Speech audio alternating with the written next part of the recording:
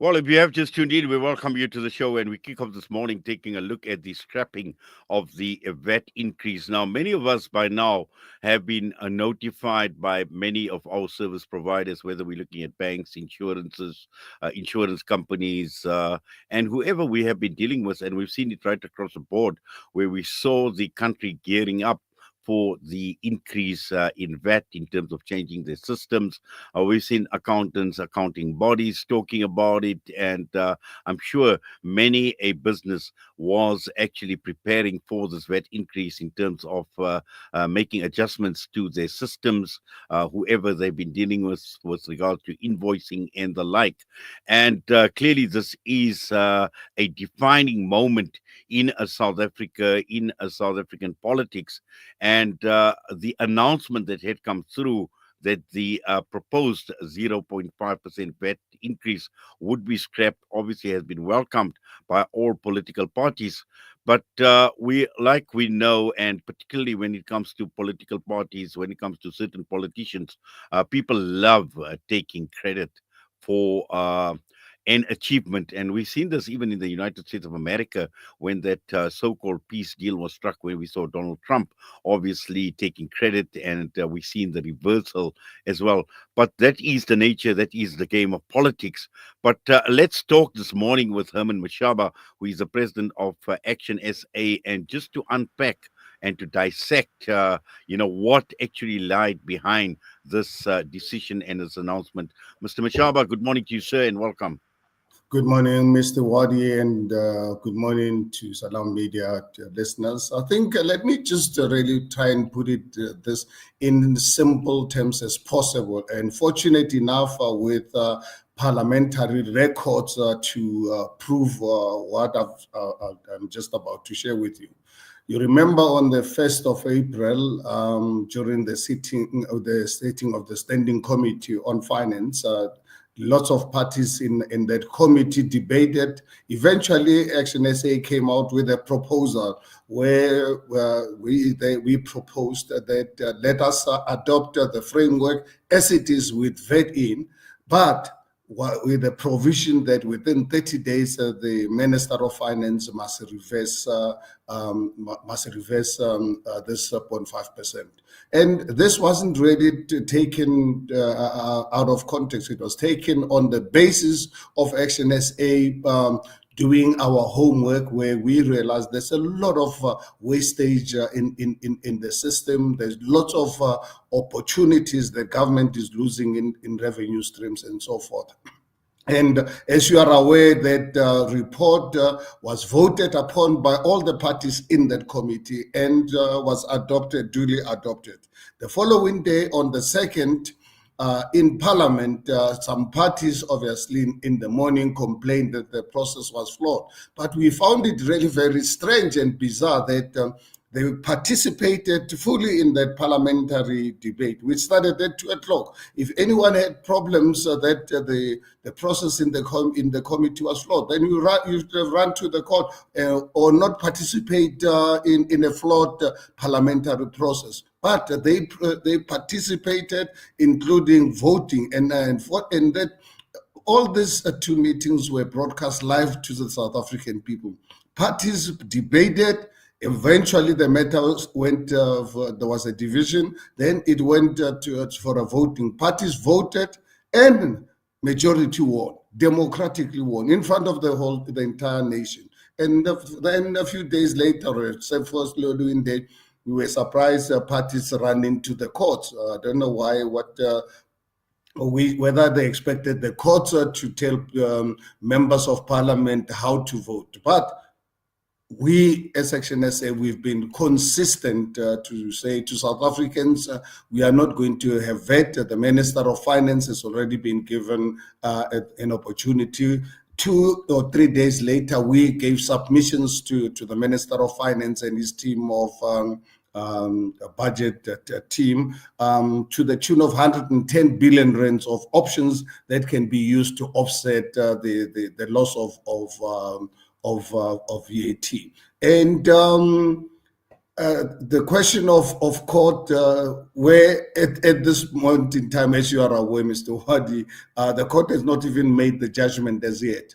In this press conference, ourselves, we agreed as all the parties, because getting all the parties together is not something that you can call a party coming from Cape Town, people coming from different places in a day. We agreed on this press conference last Wednesday already that let's have the press conference to announce, because we were getting a sense, because we were working behind the scenes with the minister, the treasury, to give submissions. And it's not only ActionSA that gave submissions. The ANC themselves, BOSA, RISE, and they used to keep on giving South African public assurance that we are giving submissions, we are having constructive engagement with the minister to open his eyes on the opportunities within this VAT. So obviously we were surprised yesterday when the parties wake up early in the morning, so they didn't sleep, want to come out with a propaganda. But fortunately, lies that will, they've got short legs. You can lie as much as you want, but at the end of the day, the truth will always prevail. The matter, as you are aware, it's already gazetted in Parliament, so there's not going to be VAT come the 1st of May. And who are the winners, Mr. Wadi? Are the people of South Africa, who we as ActionSA intervened for, because we found it really very awkward and strange that members of the GNU at 70% of Parliament, they could not find one another. And you know why they could not find one another? When they decided to go into what they call the government of national unity, where there was never unity from the beginning.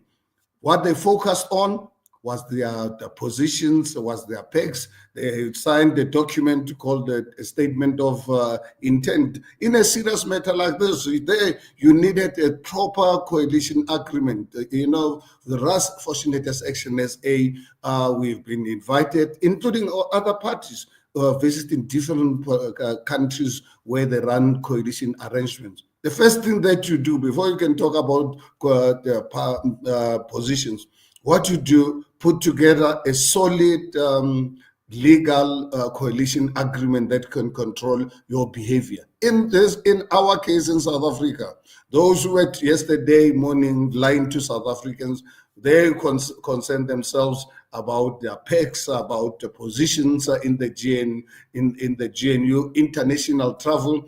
Even their minister, their leader today cannot account to us in Parliament, where we've got a written report, a question asking to give reasons as to his international travel, because he was using public monies. He was claiming to be traveling on behalf of the country. Up to today, we are still waiting for that answer.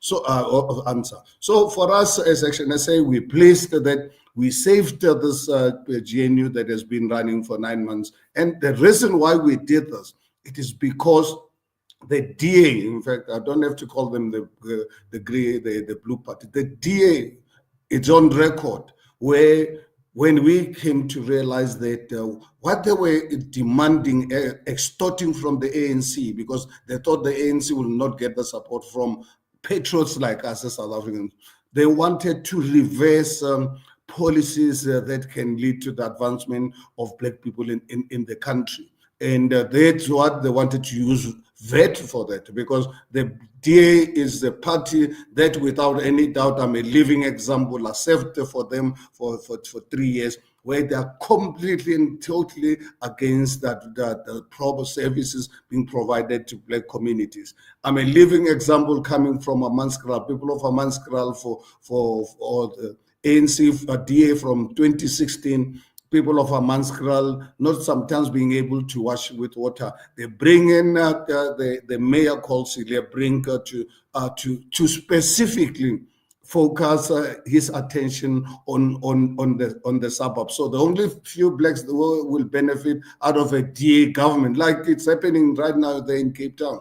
It's happening in Cape Town. Black people will benefit from DA are those who live in the suburbs, because fortunate enough today, they can't kick them out. You remember before 1994, you and I couldn't live in the suburbs. So the blacks who can the benefit from DA is those who live in the suburbs, because they can't kick us out, but they're not interested. So we decided no ways we are going to allow the DA to hold the country not to have budget, because if that fiscal framework was not approved on the first and the second, South Africa right now, as we speak, we were not going to have the budget, where our teachers, our doctors, and all government services would really have been in trouble. Secondly, which even the court said in the deliberation, is that the VAT was going to kick in. In fact, not even the court, the DA legal representative confirmed that what DA was proposing, VAT was going to be effective in any way. So us as ActionSA, working with the other parties, we're happy that we saved the people of South Africa two things. They've got a they've got a budget. 1st of May, there's no the VAT. And what is even more important, the black communities in other areas, they can know that DA will never hold us hostage any longer. I hope that they will learn the hard way. We live in a democratic dispensation. The days of apartheid with Verwoerd, they are behind us. Yes, but also, Mr. Mashaba, I think what is important to understand, and we knew that this was going to be one of the biggest tests for the government of national unity, particularly when it came to the budget and the passing of the budget. And yet we see after the announcement has been made, we've seen Helen Zille still taking credit about the threat of court action, which led to the Minister of Finance retreating on the VAT issue. But at the same time, this is a pivotal moment in South African politics at this point in time. It's a defining moment, and I think Fikile Mbalula also alluded to this, that, there is a great lesson for the ANC in terms of how this matter was handled. And he felt that this was uncharted territory, but it should have been handled very, very differently as well. Absolutely. I think we must be grateful as South Africans that the ANC monopoly is behind us. Where you can imagine if ANC had the monopoly, had a majority, South Africa would have been hit with a 2% VAT without us actually having any recourse. So this time around, because they don't have the majority, they will listen to political parties like us, because we made it clear. I'm on record when I started to entertain discussion with the ANC. I said, ANC, don't come and talk to me if you are not prepared to reverse VAT. If you feel you want to proceed with VAT, please don't waste my time, and I don't have to waste yours.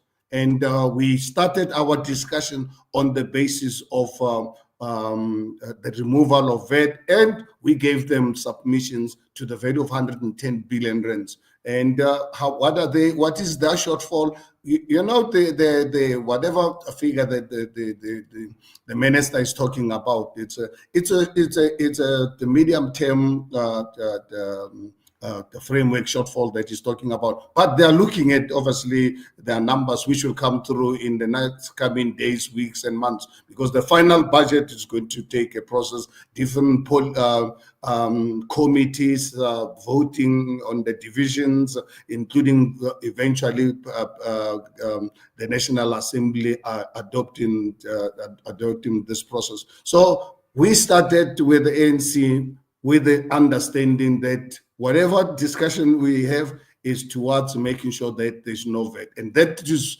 the principal negotiations which we entered into. So therefore, now we're leaving it in the hands of ANC and the arrogant coalition partners.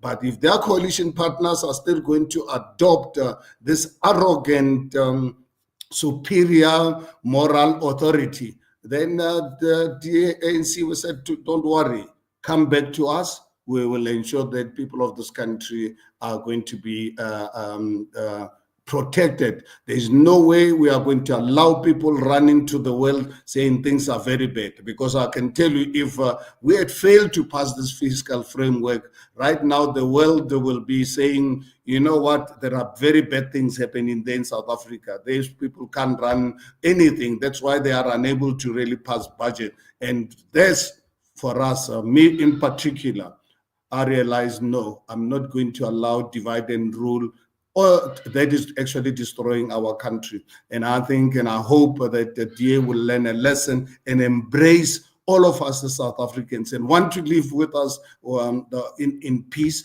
and take social justice into consideration.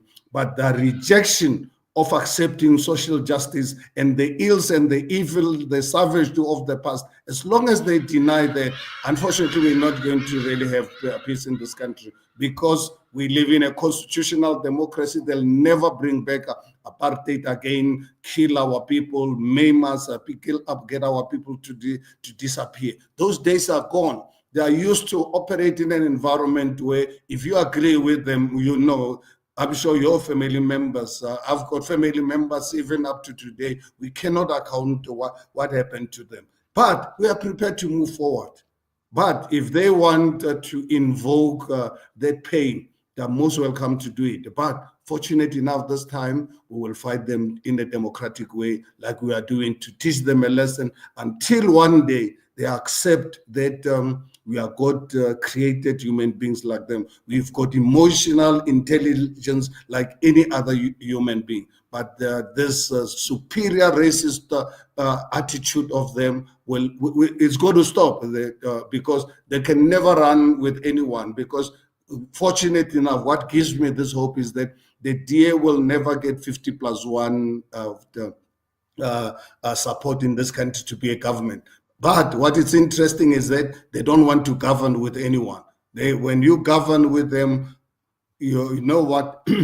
They do not want to take social justice into consideration. So I'm glad that we'll never have a DA government in power. They must just accept the fact that we are all South Africans. Let's live in peace. But one thing for sure is that redress is critical. Don't really use your superior imposed logic that whatever you think it is the right thing. We have to ensure that we take our people out of poverty, but at the same time, we want the ANC to learn that let's stop corruption, let's put in the right people, let's invest in our infrastructure to really grow our country. Mr. Mashaba, I see there's a comment that's come through from someone by the name of Humani Emmanuel Davana. And this is directed at you.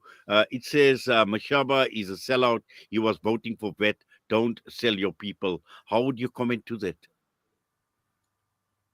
How did Mashaba vote for VAT? I've just remember right in the beginning. You see, when people work on lies from Helen Zeller, and they take that to be a truth, because these are victims of white domination. Whatever a white person say, it is true.